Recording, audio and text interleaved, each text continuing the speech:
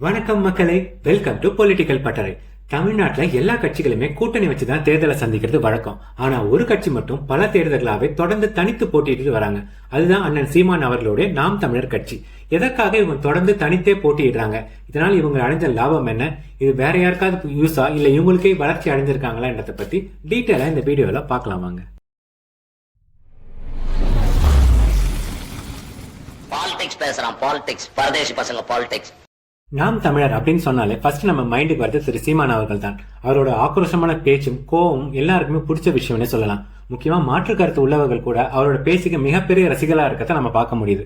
அது மட்டும் இல்லாமல் அவர் பேசுற சில விஷயங்கள், முக்கியமா விவசாயம் சார்ந்த விஷயமா இருக்கட்டும், நாட்டு நலன் சார்ந்த விஷயமா இருக்கட்டும், இளைஞர்களுக்கான முன்னேற்றத்துக்கான சில ஐடியாக்கள் கொடுக்கறது எல்லாருமே ஈர்த்திருக்கு. சமீப காலத்துல அதிகமா இளைஞர்களை கட்சியில சேர்த்த கட்சி எதுன்னு பாத்தீங்கன்னா நாம் தமிழர்னே சொல்லலாம். பெரிய திராவிட கட்சிகள், பாஜக, காங்கிரஸ் போன்ற கட்சிகளை உறுப்பினர்கள் அதிகமா இருந்தாலும் சமீபத்துல அதிகமா சேர்ந்த உறுப்பினர்கள் எந்த கட்சியிலன்னு பார்த்தா அது கண்டிப்பா நாம் தமிழர் தான். இதுல மாற்று கருத்து யாருக்குமே இருக்க முடியாது. காரணம் சீமான் அவர்களோட ஐடியாக்களும் அவரோட பேச்சும் அத்தனை இளைஞர்களை ஈர்த்த காரணத்தினால நாம் தமிழர் கட்சி பெரிய அளவுல உறுப்பினர் சேர்த்திருக்காங்கன்னே சொல்லலாம். அது மட்டும் இல்லாமல் கட்சி தொடங்கில இருந்து இன்றைய தேதி வரைக்கும் தொடர்ந்து இவங்க தனித்து போட்டிட்டு வராங்க. கன்சிஸ்டன்டா அந்த கொள்கையை அவங்க ஃபாலோ பண்ணிட்டு வரது மக்கள் கிட்ட ஒரு நல்ல எதிர்பார்ப்பு தூண்டி இருக்கு. வேற எந்த கட்சியா இருந்தாலும் சரி, முதல் 2 தேர்தல்களில் தனித்து போட்டிடுவாங்க.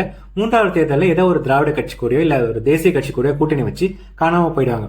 உதாரணத்துக்கு நம்ம சரத்குமார் அவர்கள் தன்னோட கட்சியே பாஜக போய் சேர்த்துட்டார். அப்படிலாம் இல்லாம தொடர்ந்து தன்னோட கட்சியை ஒரே கட்டுக்கோப்பாக அனைத்து தேர்தலும் தனித்து தான் போட்டியிடுவோன்ற கொள்கையில மாறாமல் நிக்கிறது மக்களுக்கு ரொம்ப பிடிச்ச விஷயமா இருக்கு. முதல் முறையா 2016 சட்டமன்ற தேர்தலில் 1% ஓட்டு வாங்கினாங்க. அதே போன்று 2019 நாடாளுமன்ற தேர்தலில் கிட்டத்தட்ட 4% ஓட்டும், 2021 சட்டமன்ற தேர்தலில் 3% ஓட்டும் வாங்கியிருந்தாங்க. சோ தொடர்ந்து இவங்களோட ஓட்டு சதவீதம் இன்க்ரீஸ் ஆகிட்டே வந்து இருந்துச்சு.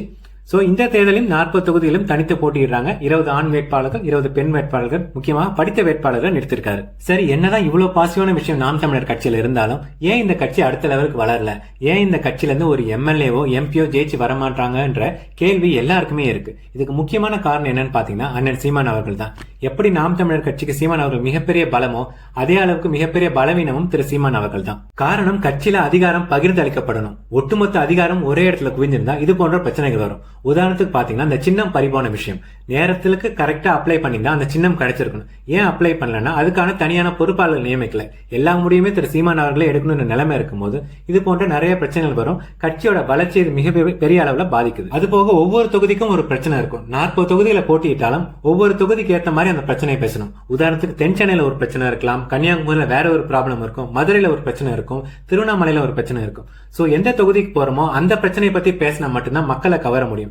அது போக ஜென்ரலான ஒரு அரசியல், நான் பாஜகவை எதிர்க்கிறேன், திராவிட கட்சிகளை எதிர்க்கிறேன்னு எல்லா தொகுதியிலும் போய் பேசினா அது ஓட்டு பெறுவதற்கான வாய்ப்புகளை மிக மிக குறைவா தான் ஆக்கும்ன்றது நிதர்சனமான உண்மை. அதே போன்று 40 தொகுதிகளை போட்டியிடுறோம்னா எத்தனை தொகுதியில் நம்மளுக்கு வெற்றி வாய்ப்பு இருக்குன்னு கண்டுபிடிச்சு அந்த தொகுதிகளை கூடுதல் கவனத்தை செலுத்தினா மட்டும்தான் வெற்றியை நோக்கியே செல்ல முடியும்.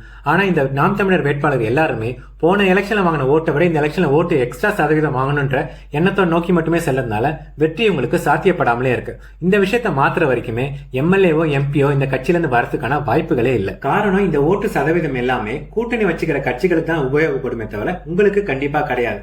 ஏன்னா அடுத்த எலெக்ஷன்ல எத்தனை சீட்டை இன்க்ரீஸ் பண்ணலான்னு இந்த ஓட்டு சதவீதத்தை வச்சுதான் பேரம் பேசுவாங்க. ஆனா நாம் தமிழர் கட்சி தான் எந்த எலெக்ஷனுமே கூட்டணி வைக்க போறது இல்லையே. தனித்து போட்டியிட கட்சிக்கு எத்தனை சதவீதம் ஓட்டு வாங்கியிருந்தாலும் அதனால ஒரு புண்ணியமும் இல்லை. எத்தனை எம்எல்ஏ எம்பி ஜெயிக்கிறாங்க என்பதுதான் முக்கியமே தவிர சதவீதம் அல்ல. அது போக சோசியல் மீடியால பேசுற அரசியலை தாண்டி கலை யதார்த்தத்தை புரிஞ்சு கொண்டு சில விஷயங்களை செய்யணும். முக்கியமா பூத் கமிட்டி, பூத் ஏஜென்ட் போன்ற விஷயங்களை கான்சன்ட்ரேட் பண்ணி வெற்றி வாய்ப்புள்ள தொகுதிகளில் இந்த வேலைகளை இன்க்ரீஸ் பண்ணீங்கன்னா கூடிய விரைவில் நாம் தமிழர் கட்சியில இருந்து ஒரு பிரதிநிதி சட்டமன்றத்துக்கோ நாடாளுமன்றத்துக்கோ செல்வதற்கான வாய்ப்புகள் அதிகமா இருக்கு. இந்த விஷயங்கள் எல்லாமே அண்ணன் திரு சீமான் அவர்களும் அவர்களுடைய தம்பிகளும் புரிஞ்சுக்கிட்டு வேலை செஞ்சாங்கன்னா கூடிய விரைவில் தமிழக மக்கள் எதிர்பார்க்கக்கூடிய மாற்றத்தை நாம் தமிழர் கட்சியில் நிச்சயமாக தர முடியும் என்பது நம்மளோட தாழ்மையான கருத்து. நன்றி, வணக்கம்.